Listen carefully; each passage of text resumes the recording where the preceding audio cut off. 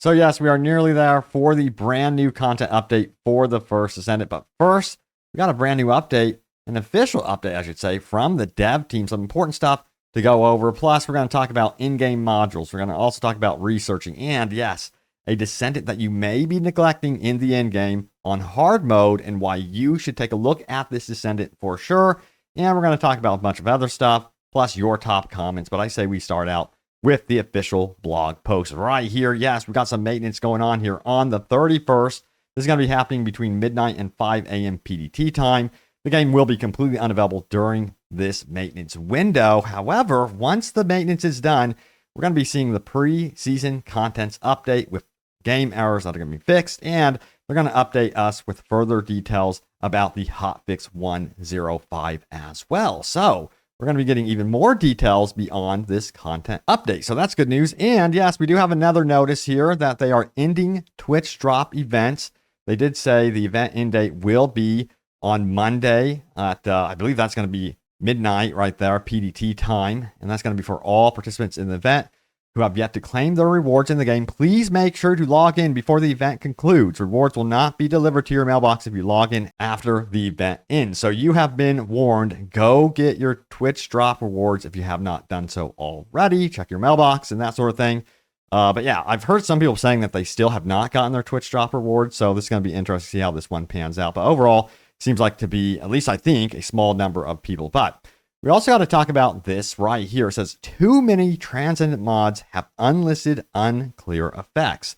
Now that I've started to get more of these things and gotten to play with some of the ones I wanted, it's become clear that some of them aren't clear enough. While I do think it should clearly state what ability is modifying, replacing, see Valby's water play, for example, that's less problematic than the ones that actually have downsides to using them. I was so excited to use the explosive stacks mod for Ultimate Lipic, but my reaction to finally using it once I actually got home went something like this. Firing rounds recharges my grenade faster and I get 3 charges. Sign me up. Why do my grenades do so little damage? I know that he's level 1, but that shouldn't make that much of a difference. Oh, this mod almost halves my grenade damage. What the F? No joke. I can't possibly see how getting 3 grenades that still costs 20 MP to throw and does half damage is better than 1 for 35 MP and a short cooldown. Another one was Glaze Super Senses, which states, and I quote, fire rate becomes fixed, but duration increased significantly. How significantly? 2 seconds. And that's fixed fire rate, a whopping 48 RPM, less than 1 round per second.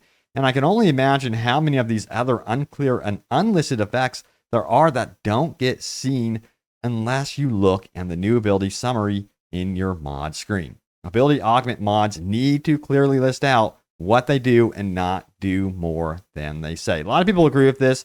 There's some confusion about it. And, you know, it really sucks to work for something and to get something that you think is cool and it ends up being a letdown. So I think players get frustrated, especially when they get into the end game and they have something like this happen. So I think, you know, to have a downside to some of these mods, you have to clearly state what that's going to be, of course, on screen no matter what. Now, some replies here. It says, I've said this before, but a lot of the Transcendent mods are awful and do not even feel unique nor worth to build around them. They definitely need to be reworked to incorporate fun playstyles and build options. And I really think they need to be mindful about having negative side effects with some of these modules for sure. It's just not good.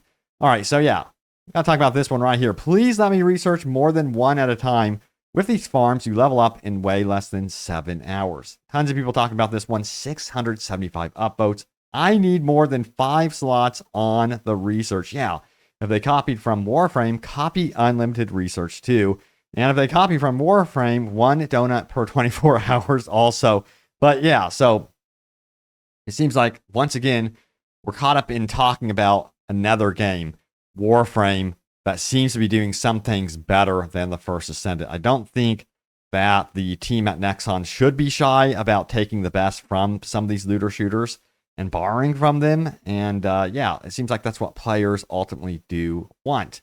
Now, we got to talk about that Descendant that a lot of people neglect. Check it out right here. It goes on to say this. Okay, I'll farm Kyle next. And it goes on to show this clip says Kyle is him. Shows how impressive he is here, helping out his team. But yeah, clearly he is one of the ultimate defensive descendants here and can really help out the team on these hard mode difficulties and pack a punch too. Don't get me wrong. But yeah, he seems like to be kind of like a neglected descendant, I think. Let me know if anyone is maining Kyle right now. I'm kind of curious. But mentioning descendants, a lot of people were talking about this one. So when can we expect this queen? And yeah, people are talking about they really want to play as her. As you can see, 602 upvotes. I want the lady with the robot arms as well. Captain Harris, yeah, she's the one I really want. So also people are wanting Captain Harris, but it seems like there's like supporting cast within the story here that can be, you know, turned into descendants. So there's already like content that they could potentially tease to the player. And I think that they should go in that direction because it seems like a lot of you guys want that anyway. So why not do it? I say Nexon, go for it. But yeah, we got to also talk about a disturbing bug here. Check it out. I don't recommend imitating this, but hey, maybe we can view it as like kind of like a PvP tease. No, I'm just kidding. There's going to be no PvP here, but check it out. It says found a bug where Ajax can kill Ultimate Viessa. But take a look at this, how it works. I'll explain in just a moment, but you can see, yeah, instantly down turn. If we scroll down on how this is working, it says, my roommate and I found this together. If Ultimate Viessa is running the Absolute Zero skill mod, Ajax can use Orbit Barrier on any Frost road generated by Viessa and deal damage straight to Viessa, almost always resulting in a one-shot and downing Viessa instantly. So yeah, this definitely needs to be addressed. I don't know if any of you guys have run into this at all. I have not experienced this so far, but then again, I have switched over to Valby currently. But Viessa is one of my go-to, and I haven't really run into that problem whatsoever. So yeah, this is going to be an interesting one. I'm sure that it will be patched and most likely fixed in the next update because it seems like to be a very big bug, like one of those bugs that does stand out. Now, what about farming? It says farming is fine when the content actually stimulates you, but the problem is that 80% of the content is so boring, it hurts twice as much when you don't get the drop. Whoa, shots fired here. Damn, are you guys feeling like the content is kind of getting very redundant, boring? Are we going through what I call the Anthem syndrome? Let me know. I do still feel like there's more content and variety than Anthem in this game. But it says, been farming Sharon and doing normal content at level 40 is dull. Why can't I do the same operation in hard mode, add all the filters to maybe get around an 80% chance? Just give us harder optional content that improves our chances.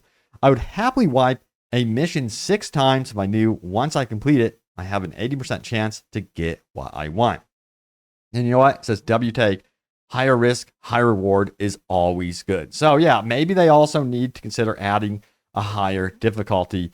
But, you know, considering things for some people are getting boring, as some people are saying, it's interesting because if we head over here, yeah, the numbers are still pretty good. You know, nearly 90,000 players on right now. This is not too shabby for a PvE game. So that's saying something. See if those numbers increase, by the way, once we hit the 31st. I'm very curious. I'm sure that we will see maybe over 100K players on the First Descendant. I will be definitely keeping you guys updated on that one because to me, you know, that sort of stuff is important. I've had people tell me, why do you look at numbers? It's not important. I think it is important to give you an idea of like, is it worth investing your time in this game? Because you can see that the community is still very lively. You can see how the dev team is interacting with the community. And, you know, if the population is still there, then hey, you're going to want to stick around with something that is going to have support all the way around. You know what I mean? All right. So yes, let's go ahead and go over your top comments. Remember, as always, I love reading your comments. So leave a comment down below. But let's do this. All right. So we have this one. We need endless modes, clans, rage, challenges. The only challenge in-game is drop rates. 255 upvotes. I am certain that, yes, the dev team at Nexon is eyeballing that and going, you know, maybe, just maybe they will consider adding this down the road for sure. Also, we have, it's like I'm watching the early days of Warframe again in terms of complaints. Yep. Also, I did skip over a comment. My bad. It says the real end game is using Sharon to stealth outpost and it hurts. Got some replies here. Let me expand this. It says Yes, it does. I've absolutely been a massive loser and farmed out Ultimate Lepik, Bunny, and Viesa. I'm absolutely burned now. Took a month off since I left my last job, and First Descendant came out at the right time. And then having other players come crashing in like the Kool-Aid man. Yeah. All right, so next up we have this one. It says, I'm surprised I haven't heard anyone talking about ammo. I regularly have to die just to get my weapons filled, especially when fighting bosses with those stupid alternating immune ball shields. Intercept battle bosses also need their weak point sizes increased. It's impossible to shoot them. It feels like also real quick, if I can interject here. Yeah, it's like you have to get like elevation to take on some of those weak spots as well. I don't know if they need to add more elevated positions around bosses or around levels in the future. Maybe that's something that can help to get to weak points. And then it says this, the bosses move around too quickly and you waste most of your ammo trying to shoot a pea-sized target. Yeah, so you can see how ammo starts to become an issue for sure. But I did want to highlight this in regards to that. Remember, there's this, if you did not know, thanks to the peeps in here who taught me about using my second or third weapon slot as an ammo holder. It's a game changer in void intercepts. Spread the word. This might not be enough, by the way, but it says, holy heck, this is a game changer in void intercepts. For instance, I use CC, aka general rounds. So I slot in some random other gun using general rounds in my third weapon slot or a second slot if you only use one gun. No catalyst, no activator, no leveling needed. This ammo holder is max modded with expand general magazine, general round compulsive, normal special rounds, refining for the special general conversion, and better weapon weight for faster weapon switching. Not really needed, just a bonus. Whenever I go into void intercepts, if I'm running low on ammo, I just switch to my third slot, run around all the ammo drops, and eventually I have almost always a constant 800 plus ammo. Hot diggity damn, my TC go brr. So yeah, that's one way you can up your ammo reserves in those instances, but it seems like some people are just not getting enough ammo drops in the first place. So yeah, let me know how you guys are handling ammo right now in the First Descendant. But thank you all so much for watching. Stay tuned here for more news and updates about the First Descendant. I have you guys covered, and I will see you all next time. Take care.